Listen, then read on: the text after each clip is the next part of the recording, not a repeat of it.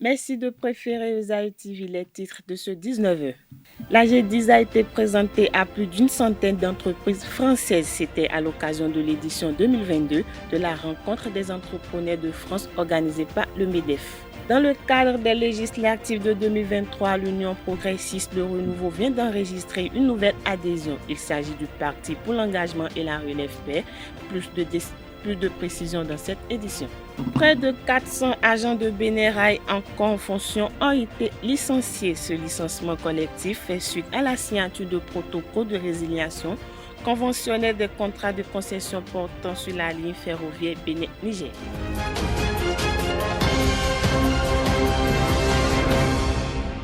À nouveau, bonsoir. Organisé par le mouvement des entreprises de la France, la rencontre des entrepreneurs français s'est tenue les 29 et 30 août avec plus de 150 intervenants, 30 débats et keynotes. Cet événement a été marqué par la présence du chef de l'État Patrice Talon, qui n'a pas manqué de présenter aux entreprises françaises la G10 et les opportunités d'investissement possibles au Bénin grâce aux réformes opérées depuis 2016 qui font et feront la réussite économique du pays. Face aux patrons français, le président Patrice Talon a tenté de convaincre les entrepreneurs français qu'ils ont tout à gagner en investissant au Bénin en ce moment. Lors de son discours, le chef de l'État a fait savoir qu'il y a beaucoup d'Asiatiques qui se sont déjà implantés dans la zone économique spéciale de Glodjibé.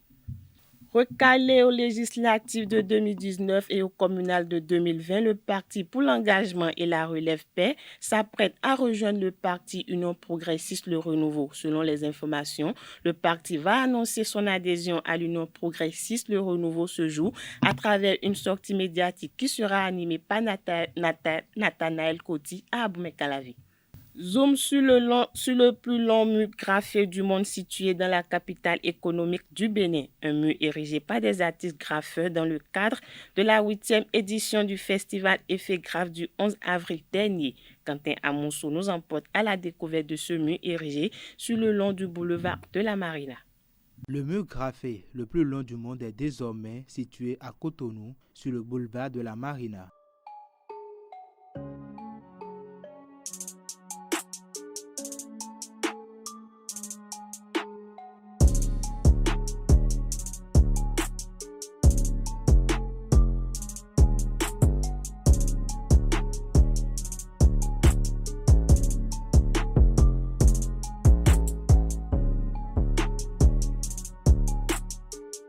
Il s'agit du mur du port autonome de Cotonou qui reçoit le Nouveau Bénin et ses trésors. Sur ce mur de plus d'1 kilomètre, on retrouve l'histoire coloniale du Bénin, une œuvre des artistes graffeurs venus de par le monde. Sur fond bleu et jaune s'illustre la représentation de la statue mi-homme mi-requin du roi Béanzin, l'un des 26 trésors pillés par les troupes coloniales françaises à la fin du 19e siècle et restitué fin 2021 au Bénin après plus de 2 ans de négociations entre Paris et Cotonou. À côté, on peut lire l'histoire de la culture du Bénin.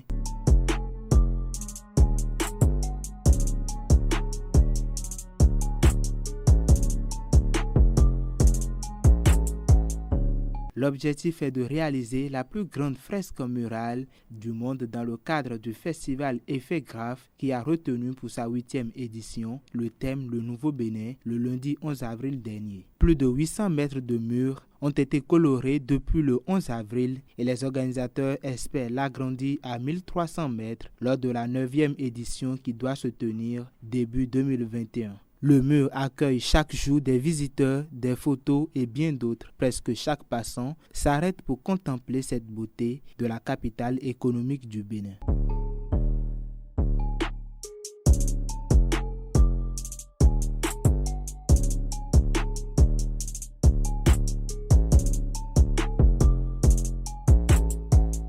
Les cheminots encore en fonction sur Bénérail peuvent désormais chercher un autre emploi ou entamer une retraite précoce. Au nombre de 394 au total, ils viennent d'être collectivement licenciés. Ces cheminots qui viennent d'être licenciés étaient répartis sur les sites de Cotonou, Boycon et Parakou. Notons que le licenciement de ces cheminots encore en fonction est intervenu quelques semaines seulement après la visite effectuée par le ministre Abdoulaye Biotane et une délégation du ministère de la Justice au Niger. La dépouille d'une baleine a été retrouvée le 20 août dernier sur la bande des 200 mètres du port autonome de Cotonou. Elle a été enterrée par des spécialistes. Le spécimen de la baleine n'a pas été retrouvé totalement entière, mais une baleine morte constitue un danger au plan sanitaire, selon le directeur de l'ONG Nature Tropicale, José Dossou Boudrenou. Quand il y a des baleines mortes près de la côte et les gens y vont, il y a un grand risque de contamination. C'est des déchets, de la pourriture et cela pourrait avoir des impacts sur la peau et la santé de ceux qui vont se baigner. La vannerie est l'art de tresser des fibres végétales pour réaliser des objets très variés. Il s'agit d'un art qui permet de réaliser notamment des corbeilles, des paniers, des chapeaux, des nattes et encore plus. Au Bénin, ce secteur connaît une certaine expansion et le métier de vannier est même adopté par plusieurs artisans. Cet élément signé Francis Fahami nous fait découvrir la vannerie et les compétences d'un vannier. Suivez plutôt.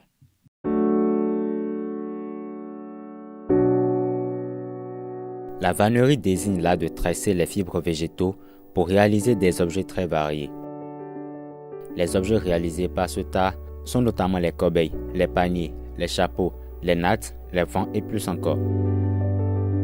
Au Bénin, la vannerie dans certaines contrées est une histoire de famille et est même devenue un métier que de nombreux jeunes et artisans embrassent.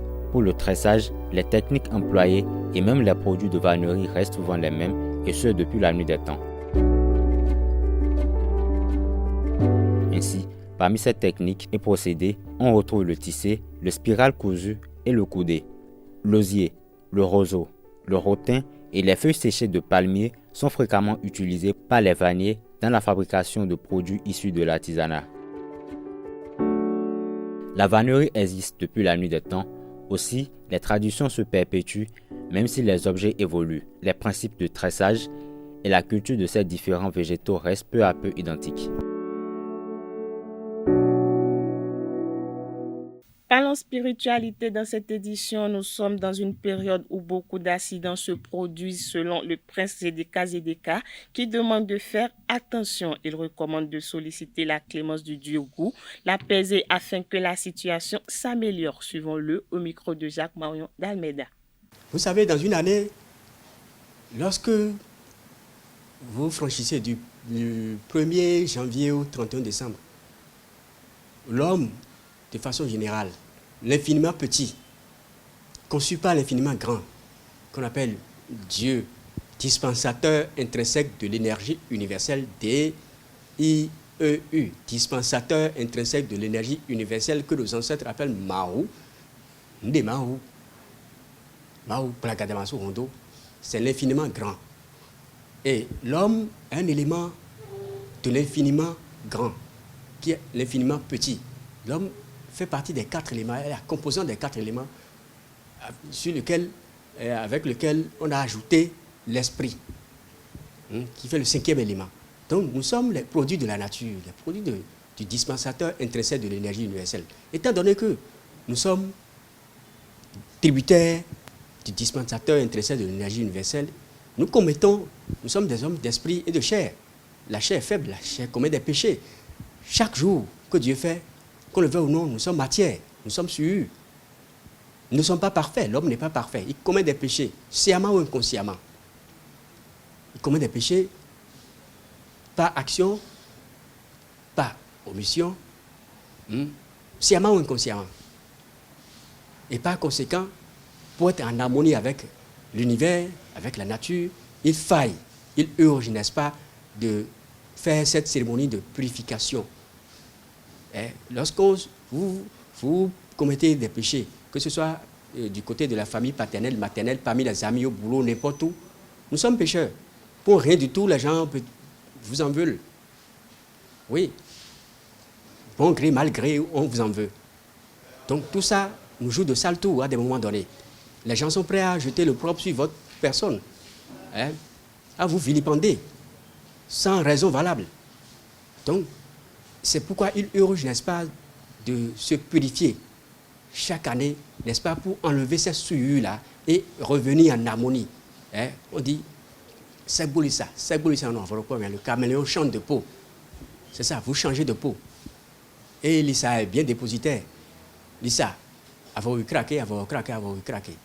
Vous changez de peau. C'est comme le caméléon. Vous changez de peau, vous rentrez dans une nouvelle posture. Vous enlevez, n'est-ce pas, toutes les souillures. Ce que vous avez fait consciemment ou inconsciemment. C'est pourquoi il est urgent de faire les bains de purification, de protection. Et il y a des feuilles spéciales, des plantes spéciales qu'on utilise. Il y a des potions spéciales qu'on utilise, n'est-ce pas, pour entrer en trompe, pour que le bonheur rejaillisse sur vous. Tout ce que vous n'avez pas pu réaliser au cours de cette année, que l'année qui vient, vous réalisiez, que vous rentrez en tombe, que toute votre famille soit en harmonie, soit gaie, que vous ayez la longévité, la prospérité, le succès qu'il faut sur cette terre. Il urge. Et lorsqu'on rentre du côté du Fa, dans la géomancie, il y a Tchatoula Klebo, le signe Goudaflikbe, Tchatoula Klebo, qui est dépositaire, n'est-ce pas, de ce pouvoir de purification. Et donc, Goudaflikbe, on a donné vite un peu quand même. Et donc, Goudaglagla, on a donné vite un peu quand même. Nous disons que tu as un peu de si tu as un peu de ça, mais quand mes filles, bon, maintenant, il y a quand même. En sport, la finale de la deuxième édition des éliminatoires de la zone UFOA-B de la Ligue africaine des champions va opposer Mpemdakwa FC du Ghana et Baile Sakwen FC le samedi 3 septembre prochain au stade de Yamoussoukro. En demi-finale, les Nigérians ont dominé les Béninoises d'Espoir FC 6-0 après un score d'1-0 à la mi-temps. Damien Zinsou-Keke, entraîneur adjoint d'Espoir FC, a réagi à cette lourde défaite en conférence de presse. Quand on a démarré le match, on a pris l'adversaire au sérieux. Les filles ont fait ce qu'elles peuvent. Et vous savez, le score a été de 0-1. Mais c'est à notre reprise qu'on n'a pas compris grand chose. Et puis voilà.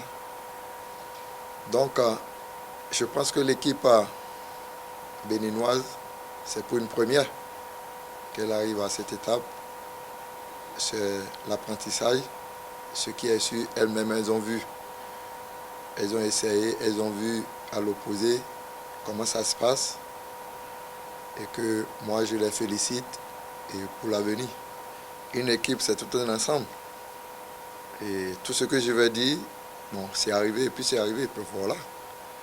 On a perdu. Bon, ça, c'est une leçon pour nous aussi. Quand on sera à Cotonou, là, on va prendre ça comme une leçon pour pouvoir rebondir si on devait revenir encore. Favori annoncé pour décrocher le billet qualificatif de la zone UFOA-B, Baile Sakwen FC sans forcer, a confirmé sa suprématie face au double championne en titre du Bénin. Charity Erouen, son entraîneur, ne partage pas entièrement cette analyse. Il s'explique. Le match a été dur, même si on a mené 2-0. Donc le match si on a mené 6-0, le match a été vraiment dur. On va donner le meilleur de nous-mêmes lors de cette finale. Donc,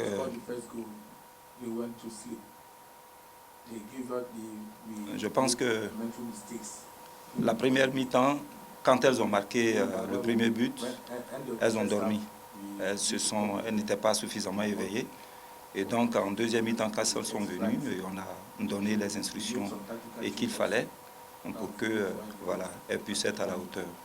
Mais ensuite, on a aussi fait des changements tactiques qui nous ont permis de passer de 1 but à 5 buts, sinon à 6 buts.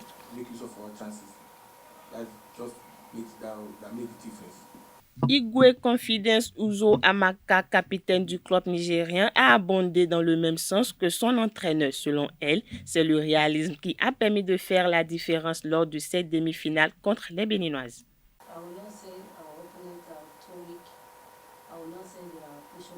Je ne dirais pas que notre équipe, nos adversaires étaient faibles. Ce n'est pas une équipe plaisantine. Mais le seul constat qu'il faut faire, c'est qu'on a eu nos occasions et on a pu les concrétiser. C'est peut-être ce qu'elles devraient aussi faire quand elles ont eu quelques occasions, mais malheureusement, ce n'est pas le cas.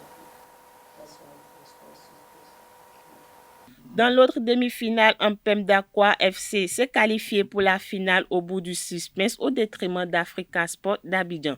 Les Ghanéennes ont battu les Ivoiriennes 6 tirs au but à 5 après un score nul de partout au terme du temps réglementaire et des prolongations. Avant la finale, Espoir FC de Cotonou et Africa Sport d'Abidjan vont se retrouver samedi prochain pour le match de la 3e place. Les Béninoises auront à cœur de terminer la compétition sur les bonnes notes en prenant leur revanche sur les Ivoiriennes. Au lendemain de la lourde défaite concédée par Espoir FC de Cotonou face à Bayelsa Queen FC du Nigeria, quelques journalistes sportifs commentent la prestation des dames de Espoir Club. Ils sont au micro de Colombe Oussou. Dans l'organisation, il faut saluer l'équipe qui, pour la première fois, est allée à cette compétition. Il faut saluer la volonté des filles. Elles ont donné ce qu'elles ont pu. Sur ce match, quand vous prenez les deux équipes, on savait sur le papier qu'il y avait un gros écart.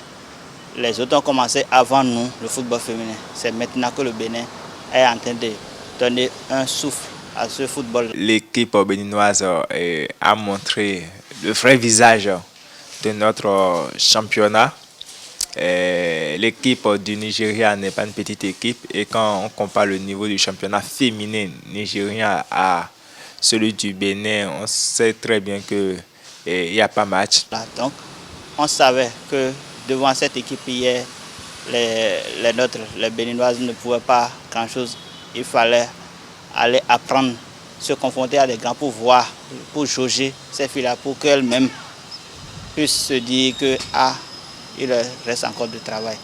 Mais les filles béninoises sur le terrain hier, j'ai constaté qu'il y a un manque d'ambition, manque d'engagement, manque de concentration et elles ont tout simplement loupé. C'est vrai qu'elles ont été techniquement en dessous, mais c'est normal, c'est dans l'ordre normal des choses, c'est le niveau actuel du football béninois, en termes de football féminin béninois qu'on a vu.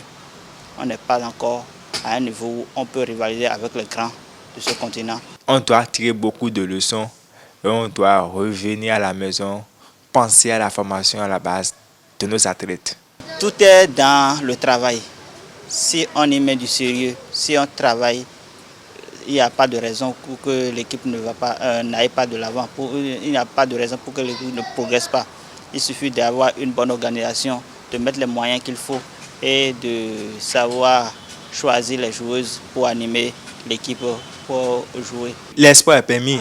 Il faut revenir à la maison maintenant, penser à la formation à la base, penser comment regorger les talents, comment faire travailler les meilleurs du moment, qu'est-ce qui leur manque. Et il faut aussi leur apprendre les techniques du jeu. Dans un match pareil, si vous encaissez 2 ou 3 buts, quel est le visage que vous devez démontrer? On a constaté hier que la gardienne, la plupart des ballons passent à côté d'elle. Et ça lui manque quelque chose, ça lui manque quelques stratégies à adopter. Donc, comme elle n'a pas une formation de base, elle n'a pas cette stratégie-là à adopter. Si on met du sérieux, si on travaille et si on a une bonne vision, il n'y a pas de raison pour que ça ne marche pas. Il y a bon espoir, surtout quand on voit au pays la dynamique qui est en train d'être insufflée au football féminin au Bénin. Il faut maintenir le cap, il faut améliorer ce qui n'est pas bien pour aller de l'avant. C'est la fin de cette édition. Merci pour votre attention. Bonne soirée à tous.